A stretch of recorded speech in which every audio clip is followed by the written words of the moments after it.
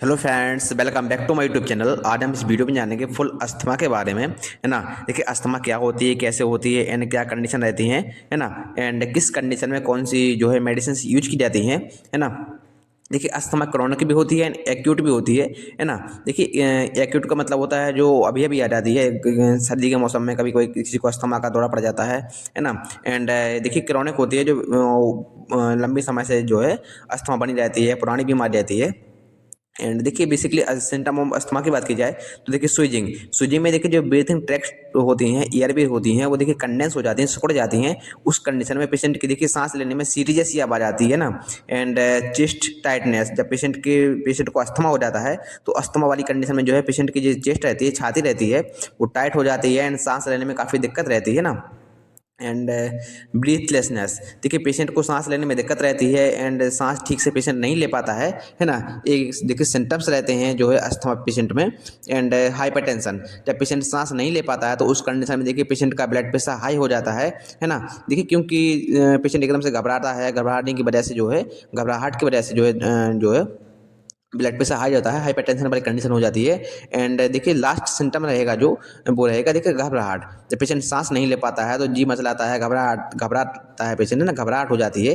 And देखिए, asthma देखिए chronic भी हो सकती है एंड एक्यूट भी हो सकती है। एंड अस्थमा देखिए एलर्जिक कंडीशन है एंड अस्थमा का अटैक भी आता है पेशेंटों को, है ना।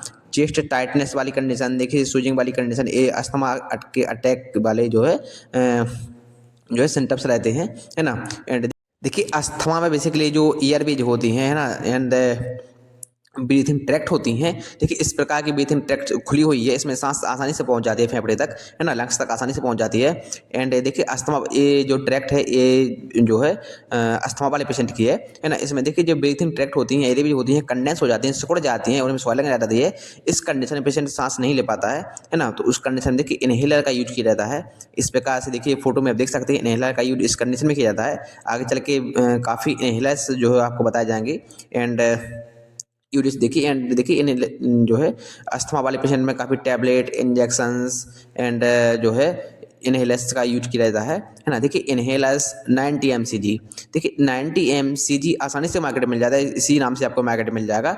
एंड इसमें जो साल्ट रहता है इस इनहेलर में, कि एल्ब्यूट्रॉल सल्फेट साल्ट, इसमें सिंगल साल्ट पाया जाता है ना। एंड बेसिकली डोजेस की बात की जाए, 90 mcg पर डोजेस, इसमें देखिए एक बार के स्प्रे में 90 mcg जो है एल्ब्यूट्रॉल साल्ट इसमें जो है निकलता है। एंड पेशेंट की कंडीशन के अकॉर्डिंग आप पेशेंट को देखिए, नॉर्मली टीडीएस या क्यूआईटी दिन में देखिए, बीडी टीडीएस, है ना, ये मेडिकल टाइम्स होते हैं ना। दिन में एक बार, दो बार, दिन में तीन बार, है ना। एंड क्यूआईटी दिन में चार बार भी पेशेंट को आप पेशेंट की कंडीशन के अकॉर्डिंग रिकमेंड कर सकते हैं ना। एंड बेसिकली इस इनहेलर की यूजेस की बात की जाए तो एज आ बेड कफ, जब पेशेंट को देखिए गीली खांसी आती है तो उस कंडीशन में देखिए ब्रेक डाउन थिक म्यूकस, जब गीली खांसी आती है म्यूकस हो जाता है, जो म्यूकस गले में जम जाता है, इस वजह से पेशेंट सांस नहीं ले पाता है ना। यह देखिए जो इनहेलर होता है म्यूकस को पिघलाने का काम करता है ना। पिघला कर पेशेंट को सांस लेने में काफ़ी हेल्पफुल सहायता मिलती है इसमें। एंड ब्रीथलेसनेस वाली कंडीशन में जो है इस इनहेलर का यूज किया जाता है ना। एंड यह आसानी से मार्केट में मिल भी जाता है। एंड इंजेक्शन न्यूकोट M40, देखिए यह काफ़ी मोस्ट इंपॉर्टेंट इंजेक्शन माना जाता है। एंड इसमें जो कंपोजिशन रहता है, साल्ट रहता है मिथाइल प्रेडनिसोलिन सोडियम सक्सिनेट, इसमें साल्ट रहता है ना, सिंगल साल्ट पाया जाता है। एंड देखिए न्यूकोट M40 के नाम से मार्केट में आपको टैबलेट भी मिल जाएगी। एंड बेसिकली इस इंजेक्शन के डोजेस की बात की जाए तो 40 mg में इंजेक्शन रहता है। आप पेशेंट को ओडी या बीडी, देखिए ओडी बीडी ये मेडिकल टर्म्स होते हैं, है ना। ओडी मतलब दिन में एक बार, बीडी मतलब दिन में दो बार। आप पेशेंट की एज एंड वेट के अकॉर्डिंग रिक्वायरमेंट कर सकते हैं।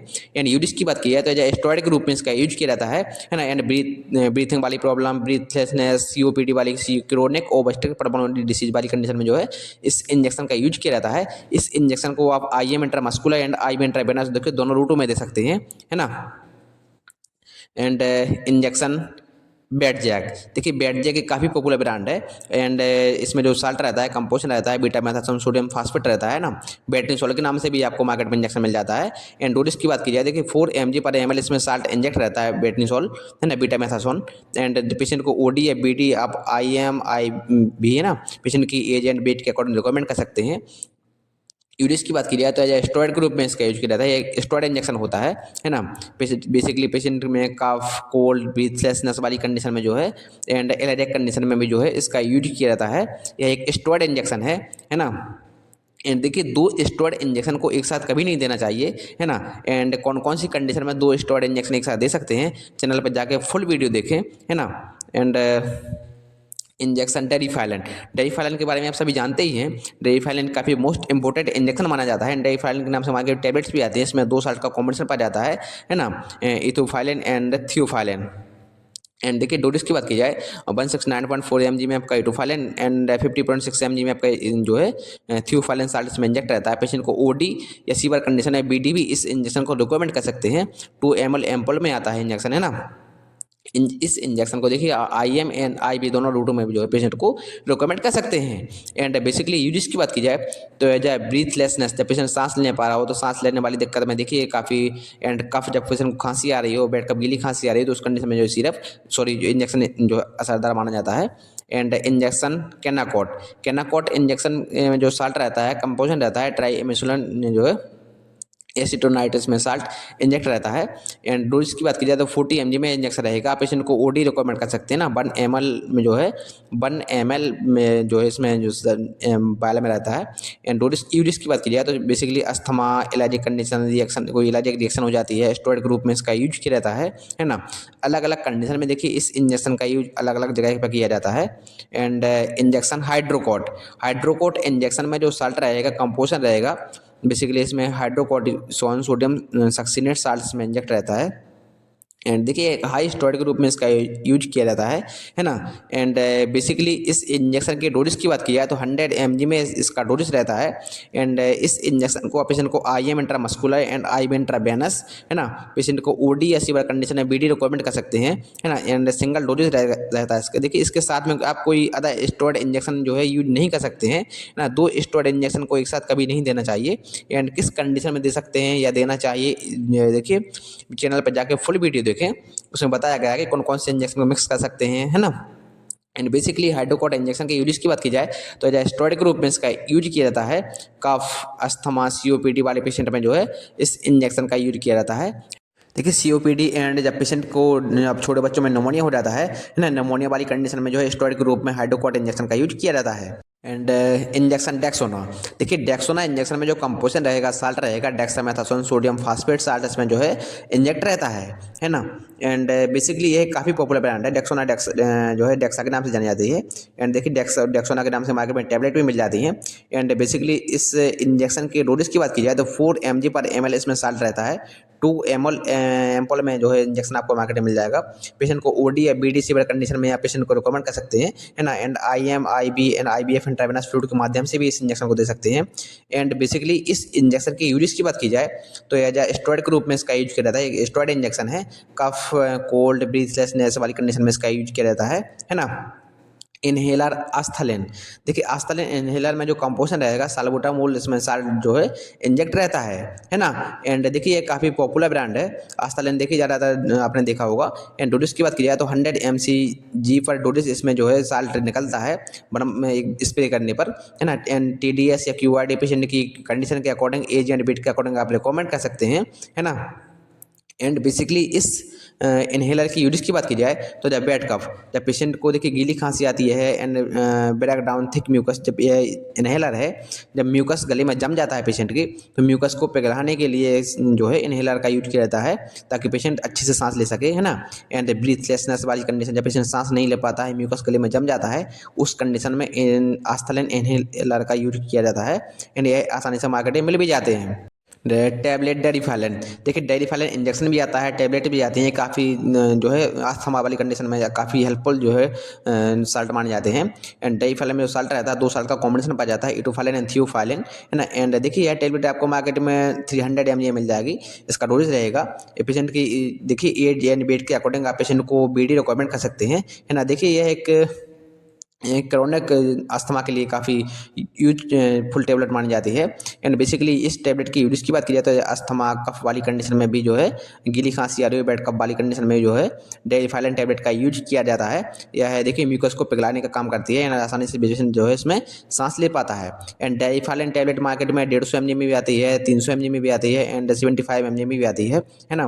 पेशेंट की एज एंड वेट के अकॉर्डिंग जो है इस टेबलेट का डोज जो है दिया जाता है। एंड टैबलेट आस्थालिन 4, देखिए आस्थालिन 4 टैबलेट में जो कंपोजिशन रहता है, साल्ट रहता है, साल्बुटामोल सल्फेट रहता है। एंड देखिए साल्बुटामोल का देखिए आपको इनहेलर भी मिल जाते हैं। एंड डोज की बात की जाए तो 4 mg में टैबलेट रहती है। पेशेंट को ओडी बीडी या सीवियर कंडीशन में टीडीएस भी रिकमेंड कर सकते हैं, है ना। एंड देखिए इस टैबलेट को पेशेंट की बेसिकली एज एंड वेट के अकॉर्डिंग ही रिकमेंड किया जाता है। एंड बेसिकली यूजेस की बात की जाए तो जब पेशेंट को खांसी आ रही हो, गीली खांसी आ रही हो ना, बैड कफ होती है, तो उस कंडीशन में एंड अस्थमा वाले पेशेंट में जो है आस्थालिन टैबलेट काफ़ी हेल्पफुल टैबलेट मानी जाती है। एंड टैबलेट ब्रोकलियर, देखिए ब्रोकलियर एक काफ़ी इम्पोर्टेंट टैबलेट है एंड एक काफ़ी स्पेशल ब्रांड है। इसमें बेसिकली कंपोजिशन की बात की जाए तो एसिब्रोफाइलिन एंड एसिटाइलसिस्टेरिन 2 साल्ट का कॉम्बिनेशन इस टैबलेट में पाया जाता है। देखिए अस्थमा के लिए ये टैबलेट काफ़ी मोस्ट इंपोर्टेंट टैबलेट मानी जाती है ना। देखिए सारी मेडिसिन एक साइड एंड ब्रोकलियर टैबलेट एक साइड।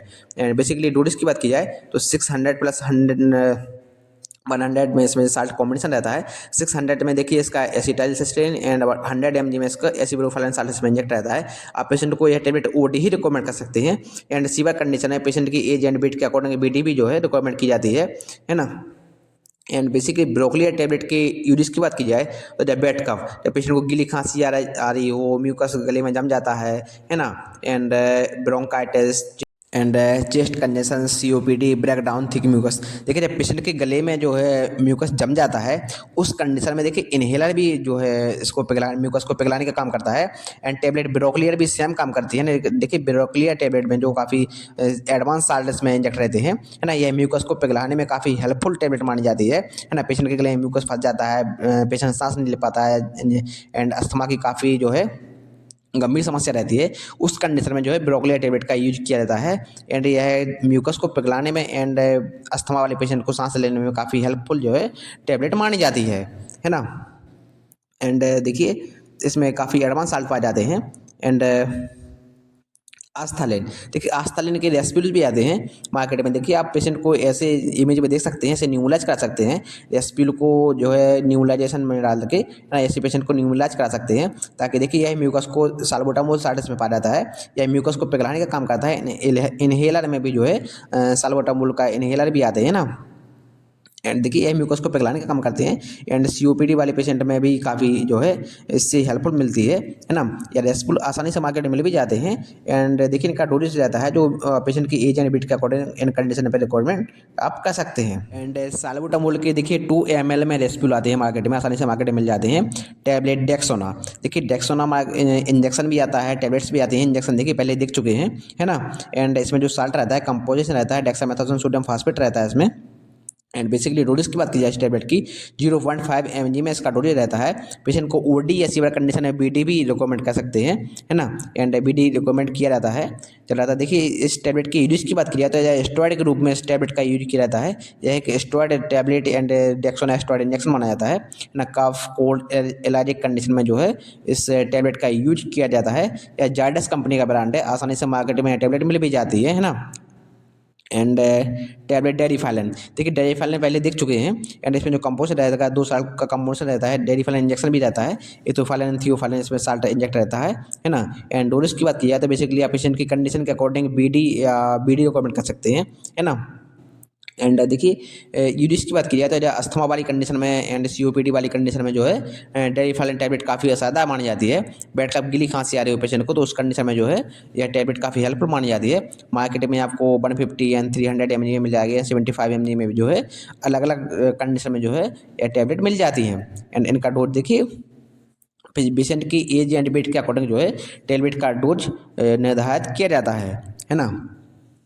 एंड देखिए म्यूकस को पिघलाने में एंड पेशेंट को सांस लेने में टैबलेट काफ़ी आसादा टैबलेट मानी जाती है। एंड बेसिकली टैबलेट सिट्रीजन, देखिए सिट्राजिन एक काफ़ी पॉपुलर ब्रांड है। एंड इसमें जो कंपोजिशन रहता है सिट्रीजन साल्ट में इंजेक्ट रहता है। एंड डोजेज की बात की जाए तो 10 mg में टैबलेट रहेगी। आप पेशेंट को बीडी रिकमेंड कर सकते हैं।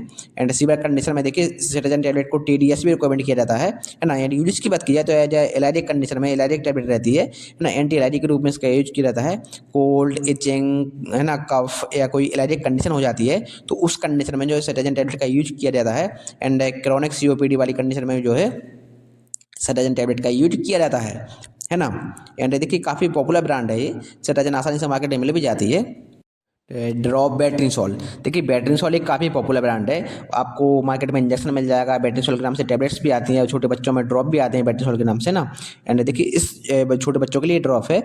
एंड इसमें जो कंपोजिशन रहेगा बीटा मेथासोन सोडियम फास्फेट, इसमें साल्ट इंजेक्ट रहता है ना। बैट्रिनसॉल के देखिए इंजेक्शन भी रहते हैं एंड टैबलेट्स भी रहती हैं।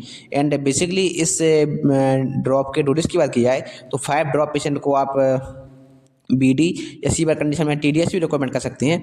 ड्रॉप देखिए 1 मंथ से लेके 1 ईयर तक के बच्चों में रिकमेंड किए जाते हैं, है ना। पेशेंट की एज एंड वेट के अकॉर्डिंग जो है इसका डोजेज रहता है ना।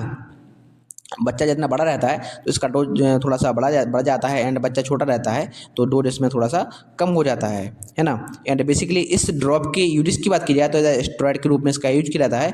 कफ एलर्जिक कंडीशन हो जाती है, जब छोटा बच्चा सांस नहीं पाता है ना, तो उस कंडीशन में जो है बैट्रिनसॉल ड्रॉप का यूज किया जाता है ना। कभी बच्चों में निमोनिया हो जाता है, निमोनिया वाली कंडीशन में जो है बैट्रिनसॉल ड्रॉप का यूज किया जाता है ना। एंड टैबलेट लिबोसिट, देखो लिबोसिट कम में जो कंपोजिशन रहता है साल्ट रहता है, लिबोसिट्राजिन साल्ट रहता है। देखिए सिट्राजिन का थोड़ा सा एडवांस माना जाता है। इसमें डोजेज रहता है 5 mg इसमें डोज रहता है ना। BD टैबलेट आप पेशेंट को रिकमेंड कर सकते हैं। एंड इस टैबलेट की बेसिकली यूज की बात की जाए तो एंटी एलर्जिक के रूप में इसका यूज किया जाता है।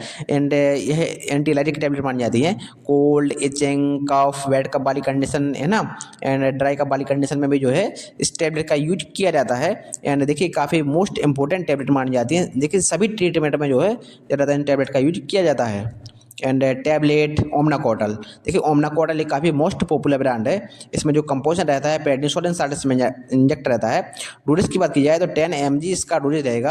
आप पेशेंट को OD या BD पेशेंट की कंडीशन के अकॉर्डिंग रिकमेंड कर सकते हैं। एंड बेसिकली इस टैबलेट के जो है यूजेस की बात की जाए तो स्टेरॉइड के रूप में इसका यूज किया जाता है ना। एंड देखिए जब स्वेलिंग हो जाती है पेशेंट को, अस्थमा वाले पेशेंट के देखिए ब्रीथिंग ट्रैक्ट होती हैं, जो एयरवेज होती हैं, वो उनमें स्वेलिंग रहती है, तो स्वेलिंग को कम करने के लिए जो है ओमनाकोटल टैबलेट का यूज किया जाता है ना। ताकि ये देखिए यह टैबलेट स्वेलिंग को ख़त्म करने के लिए काफ़ी हेल्पफुल टैबलेट मानी जाती है। मार्केट में इसका डोज रहेगा। एंड देखिए इस टैबलेट के काफ़ी साइड इफेक्ट भी होते हैं, है ना। एंड देखिए इसका डोजेज 10 mg में मिल जाएगी टैबलेट, 20 mg मिल जाएगी, 5 mg में भी जो है टैबलेट आसानी से मार्केट में मिल जाती है। एंड यह काफ़ी अस्थमा वाले पेशेंट के लिए काफ़ी ये हेल्पफुल टैबलेट मानी जाती है। ओमनाकोटल का देखिए ओमनाकोटल नाम से बच्चों में छोटे बच्चों में ड्रॉप भी आते हैं, है ना। टैबलेट न्यूकोटेम 4, देखिए इस टैबलेट में जो कंपोजिशन रहता है साल्ट रहता है मिथाइल प्रेडनिसोलिन साल्ट इसमें इंजेक्ट रहता है। देखिए सोलन बार पीछे जुड़ा है, सोलन से आप पहचान सकते हैं ये टैबलेट किस जो है कंडीशन में यूज की जाती है। एंड बेसिकली डोजेज की बात की जाए तो 4 mg में टैबलेट रहती है। पेशेंट को OD या BD आप रिकमेंड कर सकते हैं। अस्थमा वाली कंडीशन में एज स्टेरॉइड के रूप में इसका यूज किया जाता है ना। एंड देखिए इन्फ्लामेशन जब अस्थमा वाले पेशेंट में जो है ब्रीथिंग ट्रैक्ट में जो एयरवेज में जो स्वेलिंग रहती है, इन्फ्लामेशन हो जाती है, उस कंडीशन में इस टैबलेट का यूज किया जाता है ना। एंड इस टैबलेट के साल्ट में सोलोन बार पीछे जुड़ा है। सोलोन जो सफिक्स से जान सकते हैं मेडिसिन किस जो है वर्क में यूज की जाती है, किस कंडीशन में है, किस क्लास की मेडिसिन है। अगर आप नहीं जानते चैनल पर जाके फुल वीडियो देखें, है ना। एंड ड्रॉप ओमनाकोटल, देखिए ओमनाकोटल ड्रॉप आता है, टैबलेट्स भी आती है ओमनाकोटल के नाम से। इसमें जो कंपोजिशन रहता है प्रेडनिसोलिन सोडियम फास्फेट साल्ट इसमें इंजेक्ट रहता है। डोज की बात की जाए तो 5 mg पर ml इसमें जो है प्रेडनिसोलिन साल्ट जो है रहता है ना। 1 मंथ से लेकर 1 ईयर तक के बच्चों में ड्रॉप अच्छा पैक करता है। यानी यूजेस की बात की जाए तो स्टेरॉइड के रूप में इसका यूज किया जाता है। Cough cold swelling and asthma वाली कंडीशन में भी जो है ओमनाकोटल ड्रॉप का यूज किया जाता है। मैक्लोड कंपनी का ब्रांड है, आसानी से मार्केट में मिल जाता है। देखिए इसमें जो पीछे सफिक्स वर्ड जुड़ा है सोलोन, सोलोन से पहचान सकते हैं इस ड्रॉप का यूज किस कंडीशन में किया जाता है। आप नहीं जानते हैं तो चैनल पर जाके फुल वीडियो देखें, इसका फुल वीडियो डाला हुआ है ना, सफिक्स से कैसे पहचान सकते हैं मेडिसिन किस वर्क में यूज की जाती है। एंड टैबलेट बैटनिसोल, देखिए बैटनिसोल के नाम से ड्रॉप भी आता है, इंजेक्शन भी आता है। इसमें जो कंपोजिशन रहता है बीटा मेथासोन सोडियम फास्फेट साल्ट इसमें इंजेक्ट रहता है ना। एंड डोज की बात की जाए तो 0.5 mg में इसका डोज रहता है। पेशेंट को OD या सीवियर कंडीशन है BD रिकमेंड कर सकते हैं, है ना। एंड यूज की बात की जाए तो स्टेरॉइड के रूप में स्टेरॉइड टैबलेट रहती है, स्टेरॉइड के रूप में इसका यूज किया जाता है। कफ, कोल्ड, फीवर, अस्थमा वाली कंडीशन में जो है इस टेबलेट का यूज किया जाता है। एंड बेट्रिनसोल के नाम से मार्केट में इंजेक्शन भी मिल जाएगा एंड ड्रॉप भी आते हैं, है ना। बेट्रिनसोल एक काफ़ी पॉपुलर ब्रांड है एंड इसमें देखिए इसमें जो साल्ट रहता है, साल्ट में सोलोन बाय पीछे जुड़ा है। सोलोन से पहचान सकते हैं कि इस टेबलेट का यूज किस कंडीशन में किया जाता है ना। And syrup Asthakind LS, Asthakind LS syrup में जो कंपोजिशन रहेगा levosalbutamol sulphate, ambroxol hydrochloride, guaifenesin extent, मतलब इन साल्ट का कॉम्बिनेशन इस सिरप में पाया जाता है ना। एंड बेसिकली इस सिरप के डोजेज की बात की जाए तो 10 ml आप पेशेंट को बीडी रिकमेंड कर सकते हैं, है ना। एंड देखिए जो सिरप है शुगर फ्री रहता है, डायबिटीज़ वाला पेशेंट भी जो है इस सिरप का यूज कर सकता है।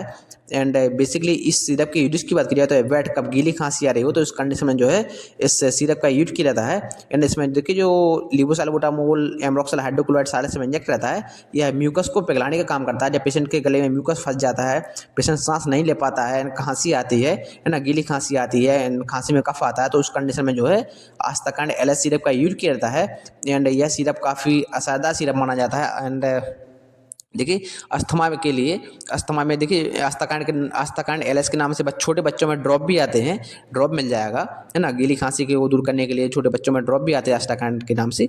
एंड देखिए यह आस्थाकांड एलएस सिरप जो है अस्थमा वाले पेशेंट में गीली खांसी एंड म्यूकस को बाहर निकालने में काफ़ी हेल्पफुल जो है सिरप माना जाता है। एंड कैप्सूल एलामॉक्स, एलामॉक्स कैप्सूल में जो साल्ट रहेगा, कंपोजिशन रहेगा मॉक्सिसिलिन साल्ट इसमें इंजेक्ट रहता है। एंड बेसिकली इसके डोजेज की बात की जाए तो 500 mg में इसका डोज रहेगा। आप पेशेंट को बीडी रिकमेंड कर सकते हैं। एंड देखिए एक एंटीबायोटिक है। एंड यूज की बात की जाए तो जब बाउंड इन्फेक्शन हो गया या कोई कफ बैक्टीरियल इन्फेक्शन हो जाता है तो उस कंडीशन में इसका यूज किया जाता है। एंड देखिए यह कैप्सूल आपको मार्केट में 500 mg एंड 250 mg में मिल जाता है। पेशेंट की एज एंड वेट के अकॉर्डिंग जो है इस कैप्सूल को रिकमेंड कर सकते हैं। यह एल्केम कंपनी का ब्रांड है, आसानी से मार्केट में मिल जाता है, काफ़ी पॉपुलर ब्रांड है ना। एंड देखिए एज एंटीबायोटिक के रूप में इसका यूज किया जाता है। अस्थमा में भी जो है तो एंटीबायोटिक के रूप में इसका यूज किया जाएगा।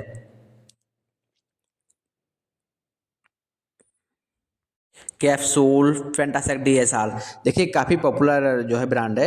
इसमें जो कंपोजिशन रहता है पेंटाप्राजोल, गैस्ट्रो रेसिस्टेंट एंड डोमेपेडोन, 2 साल का कॉम्बिनेशन पाया जाता है इस कैप्सूल में। एंड बेसिकली डोजेज की बात की जाए तो 40 mg में आपको मार्केट में मिल जाएगा। पेशेंट को ओडी या बीडी किसी भी कंडीशन में जो है BBF, देखिए बिफोर ब्रेकफास्ट खाली पेट ही इस जो है कैप्सूल को दिया जाता है ना। पेशेंट में खाली पेट रिकमेंड किया जाता है कैप्सूल। एंड बेसिकली इस कैप्सूल की यूज की बात की जाए तो गैस, इंडाइजेशन, वॉमिटिंग वाली कंडीशन में जो है इस कैप्सूल का यूज किया जाता है ना। जब देखिए पेशेंट जब काफ़ी लंबे समय से मेडिसिन ले रहा हो तो मेडिसिन की वजह से पेट में गैस बनने लगती है। एंड कभी कभार देखिए मेडिसिन रिएक्शन की वजह से भी जो है गैस बनने लगती है, वॉमिटिंग होने लगती है, तो उस कंडीशन में देखिए हर ट्रीटमेंट में पेंटासेक डीएसआर जो है कैप्सूल यूज किया जाता है ना। एंड मेडिसिन रिएक्शन को दूर करने के लिए भी इस कैप्सूल का जो है यूज किया जाता है। एंड देखिए नॉर्मल ट्रीटमेंट ऑफ अस्थमा, देखिए अस्थमा के बारे में नॉर्मल ट्रीटमेंट के बारे में बात करते हैं। इंजेक्शन डेरिफाइलिन, देखिए डेरिफाइलिन इंजेक्शन आसानी से मार्केट में मिल जाता है आपको, देखिए पहले देख चुके हैं आप। एंड इंजेक्शन बेट्रिनसोल, देखिए डेरिफाइलिन के नाम से मिल जाएगा एंड बेट्रिनसोल के नाम से मिल जाएगा, दोनों इंजेक्शन मिल जाते हैं। टैबलेट्स भी आती हैं। And tablet Deriphyllin 300 mg and 150 mg में पेशेंट की एज एंड वेट के अकॉर्डिंग आप डोज रिकमेंड कर सकते हैं। एंड टैबलेट बेट्रिनसोल 0.5 mg मिल जाएगी आपको। एंड टैबलेट सेटाजन 10 mg मिल जाएगी। एंड कैप्सूल एलामॉक्स 250 mg मिल जाता है, 500 mg मिल जाएगा, है ना। एंड कैप्सूल पेंटाफास्ट डीएसआर 40 mg मिल जाएगा। BBF बिफोर ब्रेकफास्ट आप जो है पेशेंट को यह कैप्सूल रिकमेंड कर सकते हैं। आप अगर देखिए 2 दिन तक यह ट्रीटमेंट पेशेंट को देते हैं तो उस कंडीशन में जो है पेशेंट को अस्थमा से काफ़ी राहत मिल सकती है। एंड सर्दियों में होने वाली अस्थमा को देखिए कि जो एक्यूट अस्थमा होती है, एक्यूट या क्रोनिक अस्थमा में भी जो है सेम ट्रीटमेंट चल सकता है ना। एंड देखिए काफ़ी जो लंबे समय से अस्थमा हो रही है, ये पेशेंट के अस्थमा अटैक के बारे में आप जानना चाहते हैं तो वीडियो को लाइक करें, चैनल को सब्सक्राइब करें। नेक्स्ट वीडियो जो है क्रोनिक अस्थमा पे बनाई जाएगी, है ना। एंड देखिए वीडियो को लाइक करें, चैनल को सब्सक्राइब करें। अगर आप जानना चाहते हैं कि देखिए प्रीफिक्स वर्ड से कि मेडिसिन किस वर्क में यूज की जाती है, प्रीफिक्स वर्ड से जाने मेडिसिन किस काम में आ सकती है, एंड 800+ मेडिसिन की जानकारी के लिए आप देखिए चैनल पर जाके फुल वीडियो देख सकते हैं। यह वीडियो केवल एजुकेशन पर्पज़ के लिए बनाई जाती है। कोई भी मेडिसिन या दवा आप अपनी मेडिसिन ना बिना डॉक्टर के परमिशन के।